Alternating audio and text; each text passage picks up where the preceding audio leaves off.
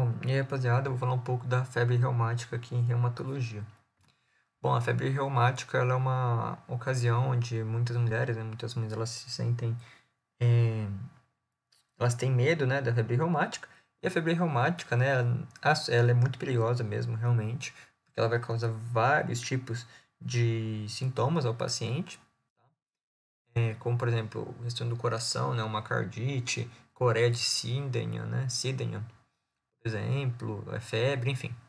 E normalmente a febre reumática ela vem, na verdade, normalmente não, sempre a febre reumática ela vem com uma complicação da faringoamidalite, tá? A faringoamidalite ela é uma infecção ali, né, da parte da faringe e da amígdala, né, normalmente causada por Streptococcus pyogenes, que é o Streptococcus hemolítico, né, do grupo A. E, porém, a febre reumática, se a gente conseguir tratar essa faringoamidalite até 5 dias, normalmente a gente não vai ter uma evolução para essa febre reumática. Bom, a faringoamidalite, então, ela vai anteceder a febre reumática, né, que nem eu falei. Então, a faringoamidalite vem primeiro, depois a febre reumática vem. Então, a gente precisa fazer um diagnóstico da faringoamidalite e a gente conseguir tratar a faringoamidalite com antecedência, a gente consegue evitar a febre reumática. Bom, então, a faringoamidalite ela vai ocorrer, né, pelo Streptococcus pyogenes ou Streptococcus beta-hemolítico do tipo A, que eu falei anteriormente. Normalmente, a faringoamidalite está associado com uma predisposição genética, né, e vai estar relacionado também com pessoas de 4 a 15 anos de idade, né, e que eu falei, uma infecção por Streptococcus pyogenes, né, o Streptococcus beta-hemolítico do tipo A. Bom, o diagnóstico da faringoamidalite ele é bem fácil, né, ele é clínico, normalmente, né, então a pessoa vai ter febre, mal-estar, e na região da faringe, né, a gente vai fazer o exame físico ali, vai ter uma hiperemia, ou seja, uma cor mais vermelha, e edema na parte da orofaringe, além de um exudado purulento, né, aquela imagem de um exudado aqui na faringe. Além disso, gânglios cervicais podem estar inflamados. Então, esses gânglios cervicais que a gente tem aqui, né, podem estar inflamados e com uma palpação, né, pode ter dor nessa região. Bom, aí a gente vai fazer a cultura para confirmar. Porém, quando a gente já tem uma clínica suspeitável, a gente já começa tratamento, né, profilático, mesmo sem ter uma confirmação, depois a gente faz a cultura, né, para evitar justamente essa questão aí da febre reumática. E, como eu falei, a cultura é a melhor, né, para faringoamidalite é o melhor exame, já que ele é padrão ouro, vai detectar exatamente que tipo de bactéria está envolvendo ali a parte da faringoamidalite.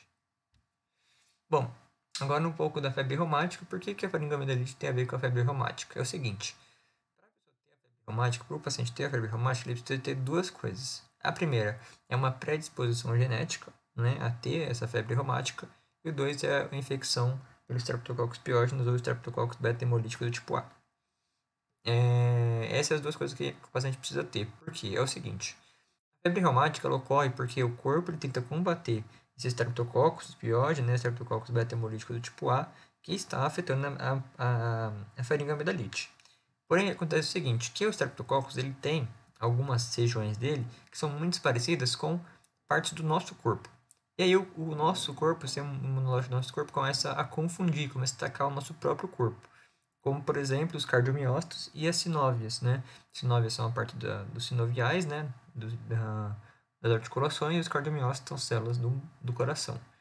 Então, o corpo começa a atacar essas células, que não era para acontecer isso, né?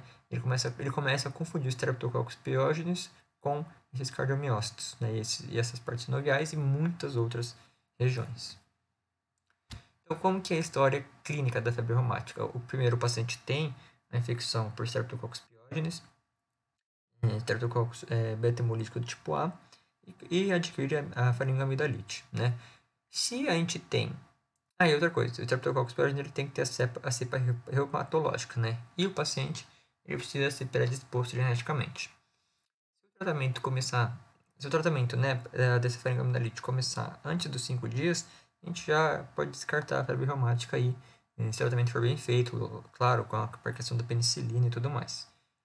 E é isso. Aí, depois, caso a gente não faça esse tratamento, a gente vai ter a fase silenciosa. Então, o paciente vai ter a faringoamidalite, e aí, nessa fase silenciosa, a gente vai ter a produção de anticorpos, né, de autoanticorpos, pelo sistema imune.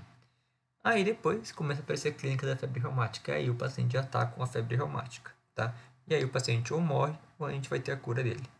Tá? É basicamente isso, bem tranquilo.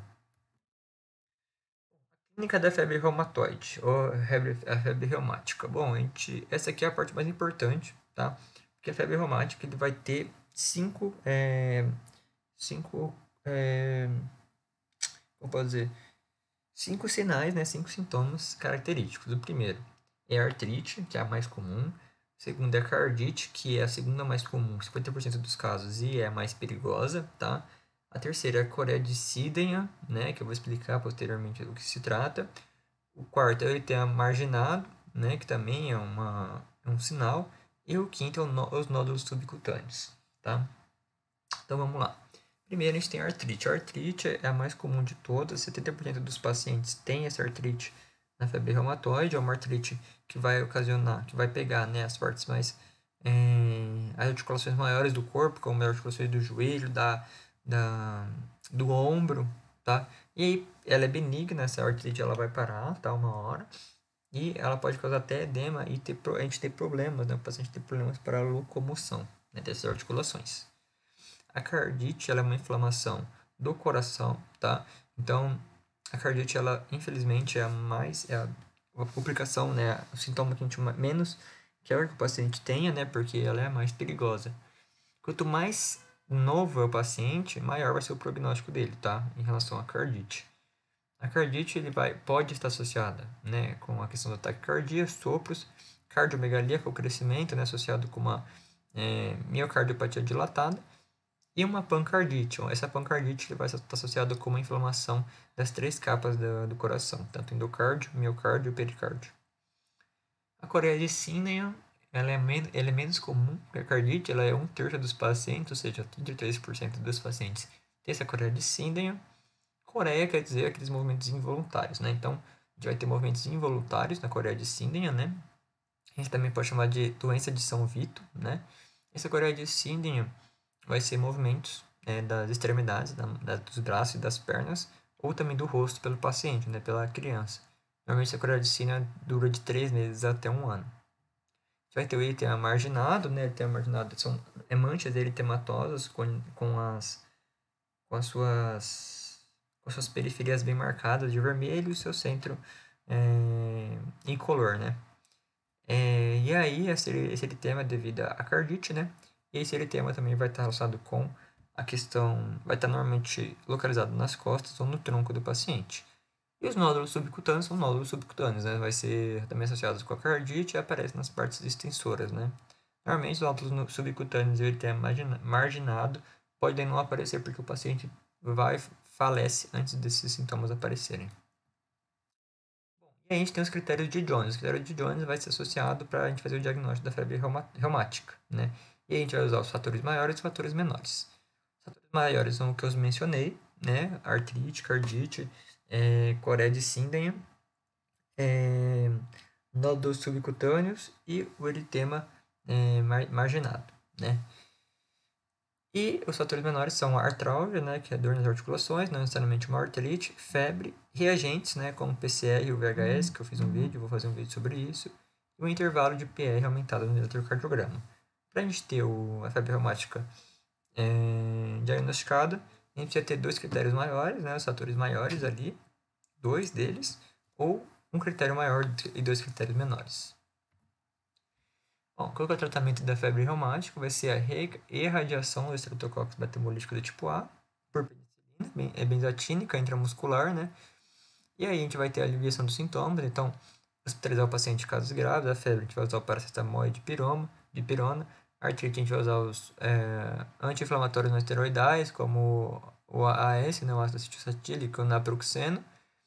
A coreia de Siemens normalmente vai usar repouso e benzodiazepínicos, né? E cardite prednisona, tá?